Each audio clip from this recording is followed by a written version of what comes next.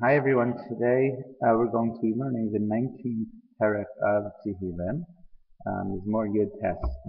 So the Mizmor begins as follows. It's very much familiar. We incorporate this as part of our daily tefillot during Shacharit. So it'll be immediately familiar to many of us. So the Mizmor opens as follows. Lam Natzech Mizmor LeDavid. So this is for the conductor. These are the instructions, the words of the shira, the song. Mizmor David of Psalm, which is attributed to David HaMelech. So we start off fascinatingly with the theme of nature, but we'll see that the Mizmor will take a surprising turn, and the real question, the central issue of our Mizmor, of our conversation, is going to be the exact relationship between the various, the two central components of the Mizmor and Tehilim. So let's take a look at this first section. We'll read into the second section.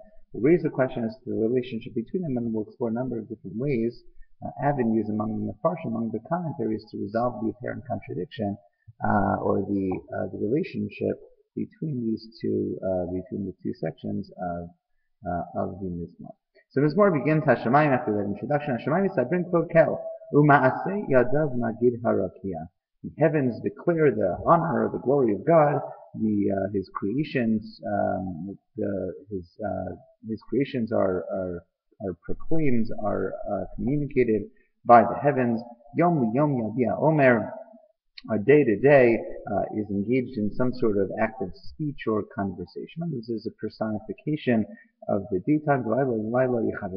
Night to night engages in some sort of speech or utterance. These are, of course, well-known phrases that were adopted by Rav Ovadia Yosef, the names of two of his classic Sfarim, Yabia Omer on the one hand, Yechavadas on the other. And at first glance, it's a little bit strange because the truth is the context here is not about Torah, which is, of course, what he's writing about, what he's addressing is She'ilot Shuvah and his response, but rather here we're actually talking about nature. But as we continue, hopefully the reference and the allusion and the connection will become clear. The Psukim continue, in Omer v'in Dvarim, there's no speech, there are no words, b'li nishma kolam. In other words, essentially, there is nothing that they utter that is unheard. Again, that personification, that somehow they're communicating very loudly, very clearly, in a way that perhaps even drowns out all other voices in the universe. Their line or their voice extends throughout the earth to the ends of the world. Lashemesh sam ohel bohem. He places, right, and now there's actually a transition. Beginning, we're talking about day and night and their beauty and their communication, as it were, about God, vis-a-vis HaKadosh Baruch Hu. And here, all of a sudden, in the middle of Pasuk, we transition Lashemesh sam ohel bohem. So HaKadosh Baruch Hu created almost a canopy or a tent for a dwelling place for the sun in those heavens. And now we begin to sing the praises of the sun, the food. And the sun, the Shemesh is kichatan yotzei mechupato, like a groom who goes forth from his chuppah. Yasis ki'ibor l'ratzaorach. He is excited, he rejoices like a hero to run his course, to run along his way. The sun is full of glory, is majestic, and is prepared to, is energetic in its readiness to run its course throughout the sky over the course of the day. Rises on one end of the heaven, and its loop, its circuit, is upon the other edge. In other words, from one end of the heavens to the other. None is spared from the heat of the sun. So until this point, we have a description of nature, of day and night, and then the transition mid-pasuk, interestingly enough, to the glory of the sun, to its majesty, to its power, to its searing heat, describing, in short, the beauties of God's natural creation, of God's natural world. But then, there's an abrupt transition, almost out of nowhere. And the beautiful psukim, but strangely placed, it would seem at first glance. Pasuk Chet, this is nearly the midpoint, essentially the midpoint of the Mizmor, which is surely no coincidence that the Mizmor is nearly split in half. So Hashem the teaching of the Kadosh Baruch Hu is perfect. It restores the soul. Yidud Hashem ne'emana. The decrees of the testimony of God is trustworthy. It is reliable. Machkima peti. It takes the simpleton or even the fool and enlightens that individual. Tikudei Hashem yisharim. The rules of God are straight. They are clear cut. Nisam chelev, the glad in heart. Nisat Hashem bara mi'irat einayim. The command of God is clear. It is bara. It is enlightened. We'll come back to that word in a little bit. Mi'irat einayim, that brightens up the eyes. And then it turns to Yirat Hashem Tehorah. The fear of God or the awe of God is pure. Omed Elad, it is steadfast. It stands forever. Mishur Hashem Emet. The rules of God are truthful. Tzaddiku Yachdav, righteous altogether. Nechamadin, such beautiful words. Nechamadin Zahav Chazrav, more desirable than gold, than a very fine quality gold. And Sukini Devash Benofet Sufim, more sweet than honey, than the drippings of the honeycomb. And then, within the category of the second section, or within the conversation about Torah specifically, there's a turn here from Talmud, from study or from the knowledge of Torah, to Maaseh, to the actual implementation, to the carrying out of the dictates of the Torah. Gam Avdecha, continues the Mizmor, Gam Avdecha Nizhar B'hem. Your servant is also very cautious with regard to these commandments. They're not just wise in theory.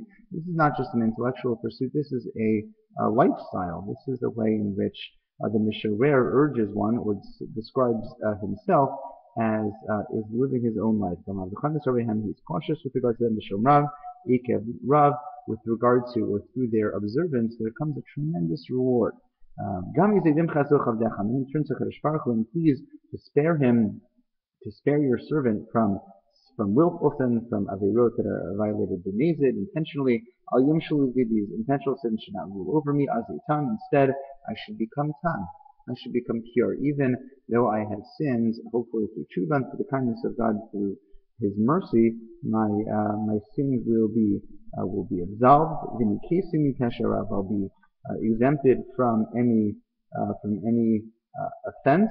And then he closes the Mizmor. Sorry, I think I may have skipped Pasuk Gimel, so just to review that as well. Shkiyot miyavin min yisro nakeni. So he first starts by requesting Kadosh Baruch Hu that he cleanse himself from unwillful sins, from averot b'shogeg, accidental acts of sin, sinfulness.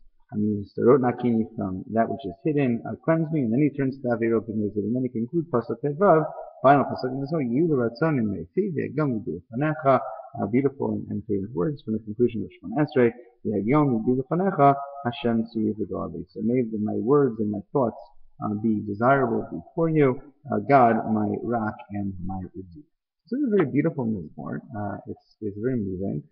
It's certainly evocative. There's personification, and there certainly is a sense of the beauty and majesty of both nature and Torah. And yet, the integration, the two parts of the Mizmor, don't really seem to fit together very well. And it's really quite a curiosity to try to understand how it is that these two pieces are meant to fit together. After all, we start the Mizmor again with regard to nature, whether it be day and night, whether it be the sun, and then abruptly we turn to Torah, the study of Torah, to the knowledge of Torah, to its intrinsic character, and then to its observance, and then the closing prayer on the part of David HaMelech. But the connection, or the bridging between these two parts of the Mizmor seems surprising, and it's difficult to figure out what exactly is the connection. At first glance, there seems to be no linkage whatsoever between the different parts, and yet there is one hint, just one, in the Mizmor, that we ought to link the different sections of this Perek and Tehilim to one another. If we take a look back at Pasuk Tet, so let's read that Pasuk again. Tikudei Hashem Yisharim Misamachelev, that the precepts, that the laws of God are straight, they're proper, they're just. Misamachelev, be glad in the heart. Tikudei Mitzvah Hashem Bara Mi'irat Einayim. So that word bara is a very interesting word, because bara really means bright, brighten, Mi'irat Einayim, which is of course reminiscent of none other than the sun. And so there seems to be an indication here in the Pasuk that there is indeed a linkage here between the enlightenment that is provided by the sun on the one hand, and of course the spiritual enlightenment that is offered by the Torah on the other. So despite the apparent discrepancy or contrast between the subjects and the Mizmorim, there is an illusion, although one that I think is a clear illusion, between the imagery that the Mizmor associates with Torah on the one hand and nature on the other, implicitly arguing that there really is some sort of connection between the two parts of the Mizmor, that they aren't completely isolated, but of course there is a deeper connection between them. And yet the question becomes, what exactly is that connection? How do we understand the linkage between the two parts of the Mizmor? How do we understand what's going on? So I'd like to share three basic approaches in the Farshim. I'll share which one I personally found to be most compelling. There is one school of thought in the Farshim that suggests, in fact, the point here is by way of contrast, and sharp contrast at that. So in other words, at first glance, nature is beautiful, it's wonderful, it's great, and then there's Torah. But actually, on this reading, what we're really saying is that there is nature out there. There's the sun. The sun actually is a little bit dangerous and problematic, and the Torah is actually perhaps even the antidote to the merciless pounding of the sun's heat. If you take a look at Rashi, Rashi's second comment seems to be along these lines. So he says as follows: Davar acher, second interpretation, says Rashi, ve'in nistar mechalato, that there is none who is spared from the heat of the sun. Remember, the pasuk immediately, the phrase immediately preceding the section of the Mizmor talking about Torah actually speaks about the heat of the sun. Ve'in nistar mechalato, none can hide, none is spared, essentially, the heat of the sun. So Rashi picks up on this and suggests that actually that's sort of a criticism, as it were, or it's a description of the potential danger and even destructiveness of this otherwise beautiful part of nature. And therefore, the point in Mizmor is by way of contrast, or again, that of antidote. So it says Rashi, that this is a reference specifically to the day of judgment. That on that day, the heat of the sun will be so searing that it will be inescapable, and it will be terribly painful for those who are exposed to the rays of that sun.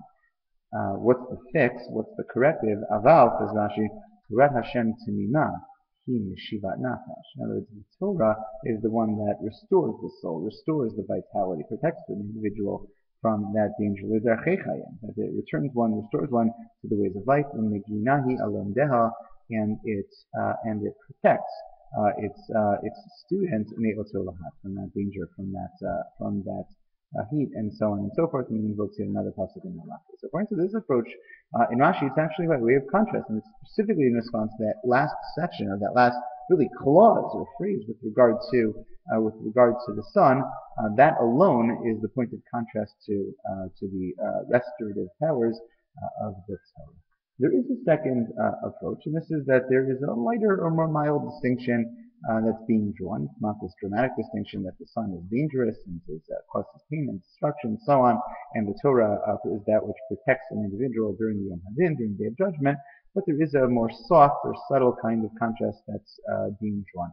The Ibn Ezra is one example of this. It explains Ibn Ezra, in my opinion, shehiz kir ad ko, until this point, until this critical transition between nature on the one hand and Torah on the other, he describes how one can find testimony, evidence to the existence of the Creator by looking at the natural world, and by recognizing God's creation. David continues and says, there is another witness, which is even more impressive, more substantive, more powerful, more honored than that of nature, and more reliable. And